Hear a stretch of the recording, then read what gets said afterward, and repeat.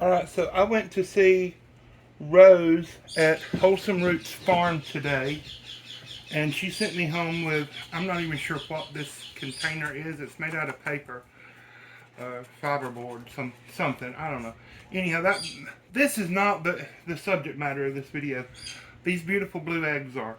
She just sent me home with all the eggs that were collected yesterday and the day before of her quail. And her quail lay blue eggs. And so that's egg number 20. So 21, 22. You're going to watch a video of me counting, huh? Was that 22, 23, 24? I'm not sure what I'm going to do with those. 25, 26, 27.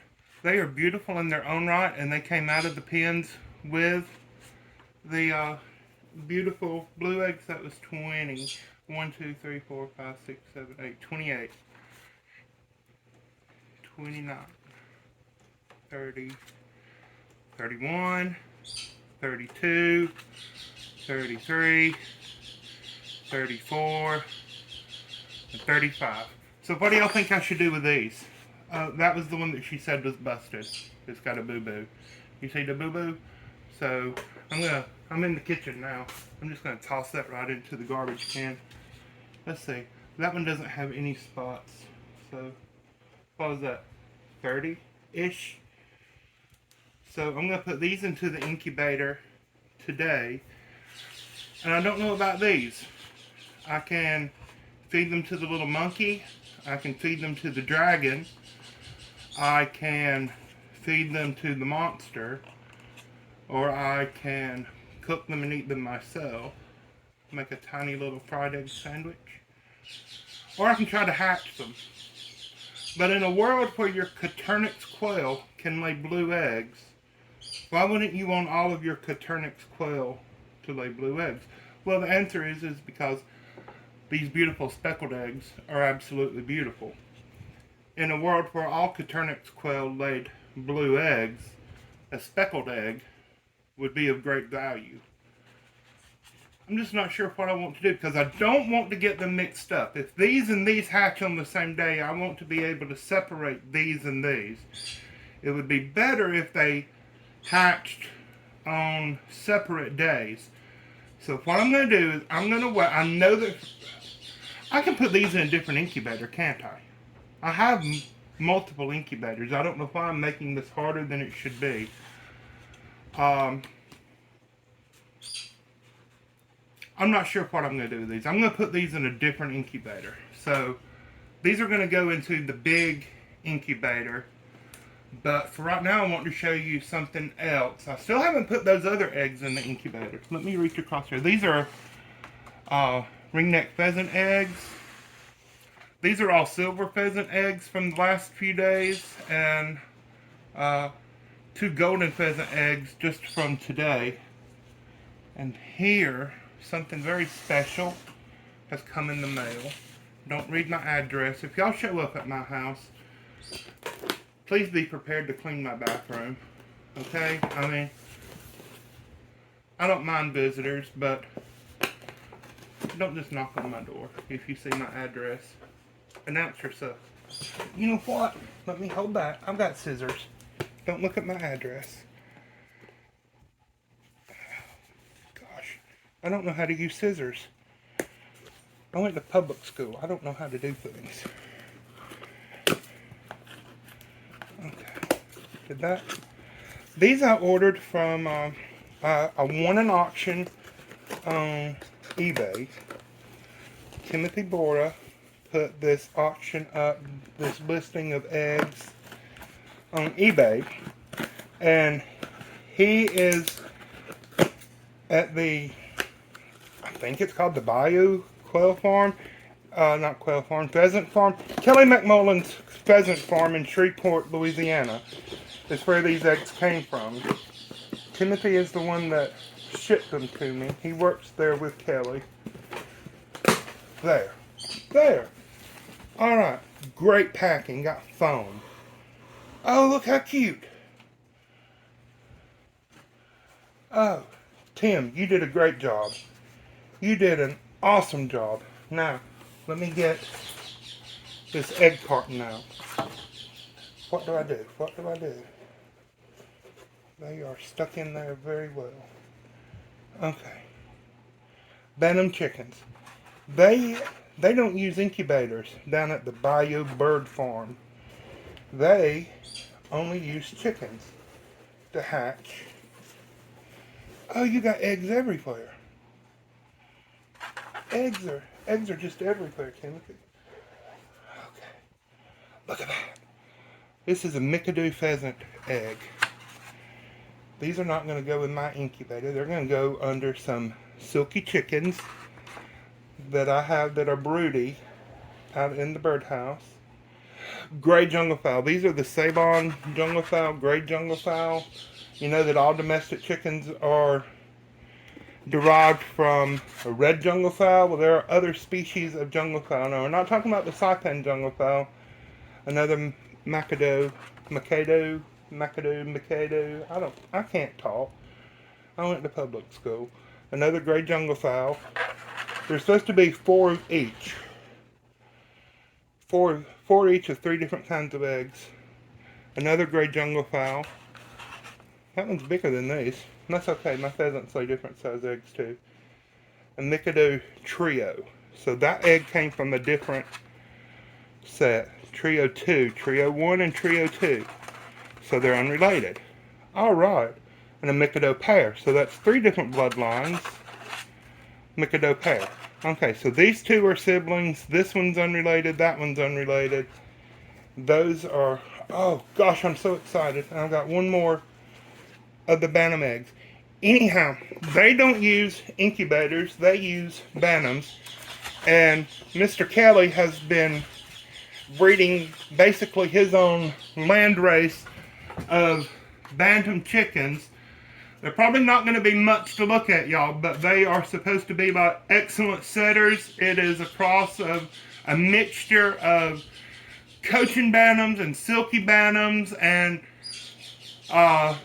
Old English game fowl and even some American fighting game fowl I think I've read thrown into the mix at one time. But they are a medium small breed bantam. Some have feathery legs, some don't. But they are bred to be incubators. Basically, it's what they are bred to do. These, the 4 chicken eggs I am going to put into an incubator.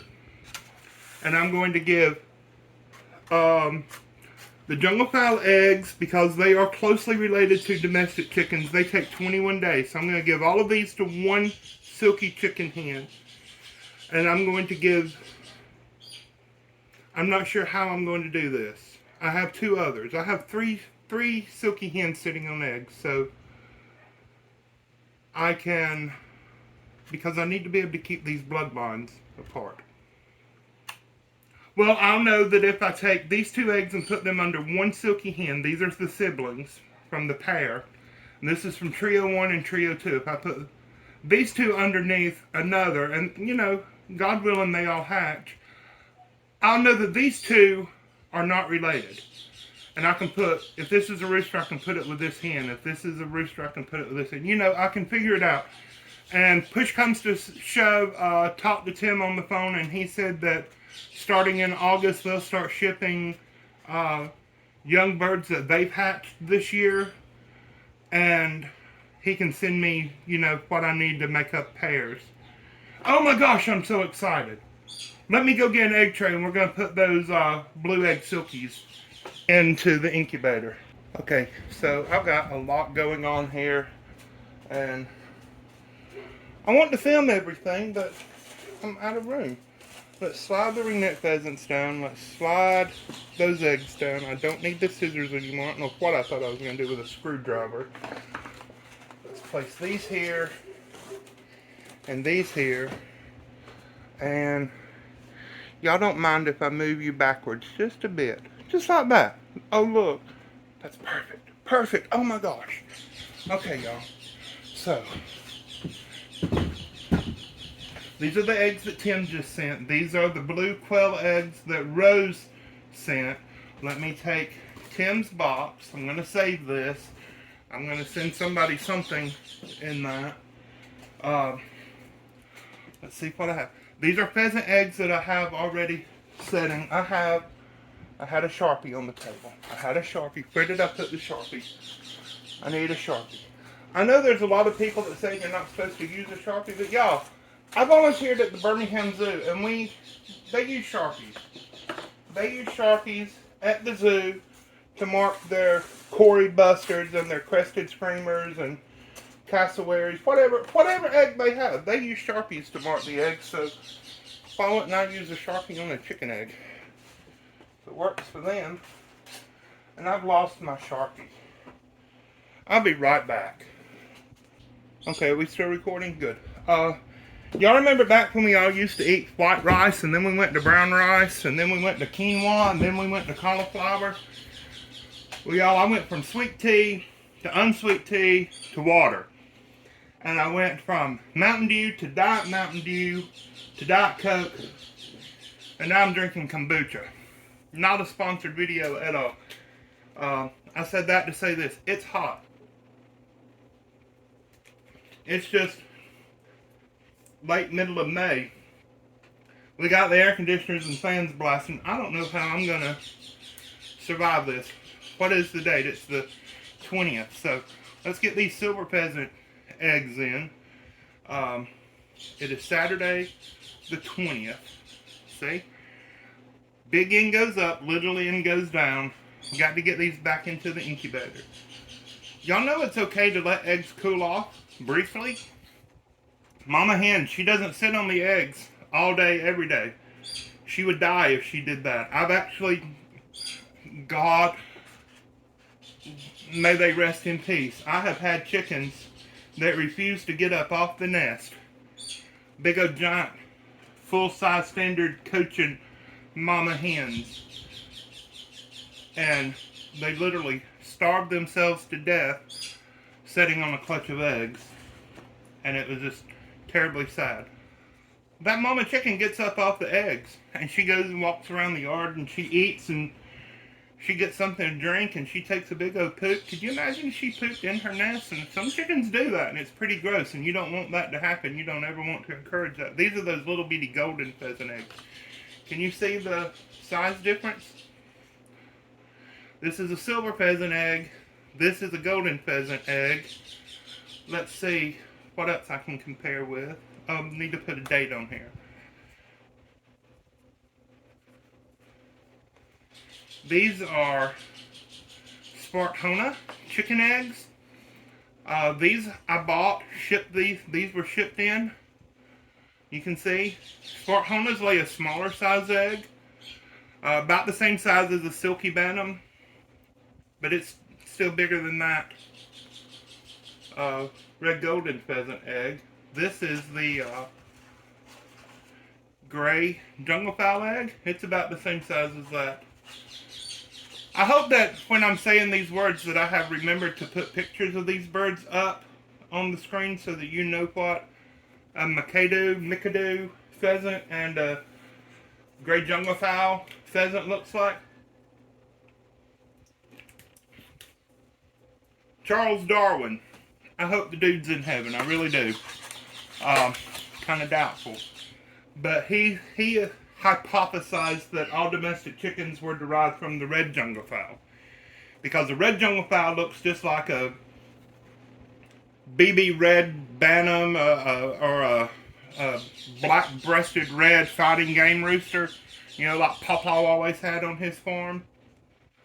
But recent DNA studies show that there's probably quite a bit of the gray and the green JungleFowl mixed in with the red JungleFowl in a lot of these chicken breeds that we have. These are the blue silky eggs. I know they're not bright blue like an Americana. But look, a regular silky egg is about this exact same color as the Spartona egg. And look at that pretty blue egg. That is beautiful. Let's compare it to the blue Celedon quail egg. Y'all know I'm colorblind, so you know, me telling you these colors is kind of, you know, irrelevant. I remember what colors used to look like, and I can see some colors. Reds and greens look brown. It's called red-green color blindness. I can see blue, I can see orange. Weirdest thing in the world. I can see blue, but I can't see green. I can see orange, but I can't see red. Now, of course, the greener the blue is, I can't see it. The greener the orange is, I can't see it. Worst thing of all is driving at night. Because traffic lights, I can't tell what color it is. I just drive by faith, and I just kind of stop when the other cars stop, and I go when the other cars go. Now these eggs are going to hatch several days before these, and that's good because that tray in the bottom of this big incubator, it only holds so many eggs, and I wouldn't know what to do if all these eggs hatched all on the same day. I guess I'd have to fill up some styrofoam incubators and use them as hatchers. These blue eggs, like I said before, these came from eBay. These blue silky eggs. They're white silkies that lay blue eggs. And they're a little bit bigger than show quality white silkies. BES ship. They are never going to be... Did I write that on all? I didn't write that on all of them. They are never going to be show quality. It would take many generations to get them to be a show quality chicken. But the standard says is that they're supposed to lay this light tan egg. If you put one of these hens in a show cage and the judge walked by and he saw that it had laid a blue egg, it would be an instant disqualification because silkies in America are not supposed to lay blue eggs. But like I said about the quail, in a world where some silkies lay blue eggs, why wouldn't you want all of your silkies to lay blue eggs? I think that's cool. So what were these? I forget what these were. These were the Mottled Houdan eggs. Houdan. They're a crested breed. They are related to the Polish. They come from France. They're kind of sort of related to the Salmon Favorals and the fact that they have 5 toes. But what's cool about these is that they have been crossed and then crossed back to... They have been out-crossed to naked necks and then crossed back to Mottled Houdans for several generations, and now they're getting naked neck chickens with a big poofy crest that looks a lot like a Mottled Houdan. And so I'm hoping that, God have mercy on me and all these eggs hatch. That would just be the most wonderful thing in the world. But I'm hoping I get some roosters out of here because I can put a naked net rooster over Mottled Houdan hens that I get from any other source, and half of all the babies are going to be naked necks. That's just how that gene works. Naked neck, Mottled Houdan. Houdan. Gosh, I'm going to love this. Alright, so I'm going to slide these trays back into the incubator. I'm going to put this tray in the incubator. These eggs, I have these 4 chicken eggs that are going to have to go into the incubator. Let me just see. See, Tim wrote in Sharpie marker on these very rare exotic pheasant eggs. So use a Sharpie marker. If you want to use a grease pencil or a crayon or a regular carbon lead pencil, knock yourself out. But just use a marker and get yourself some kombucha and quit drinking Mountain Dew. Mountain Dew is probably the #1 reason why I'm having thyroid issues. It has brominated vegetable oil in it, and the bromine that's used to make the brominated vegetable oil binds to the iodine receptors in your thyroid and just totally messes everything up. So let me get these eggs in. Pray with me that they're going to hatch. Lord Jesus, please make all of these eggs hatch. Yes, Lord. In Jesus' name, amen. God bless you. I love you. See you next time. Bye-bye.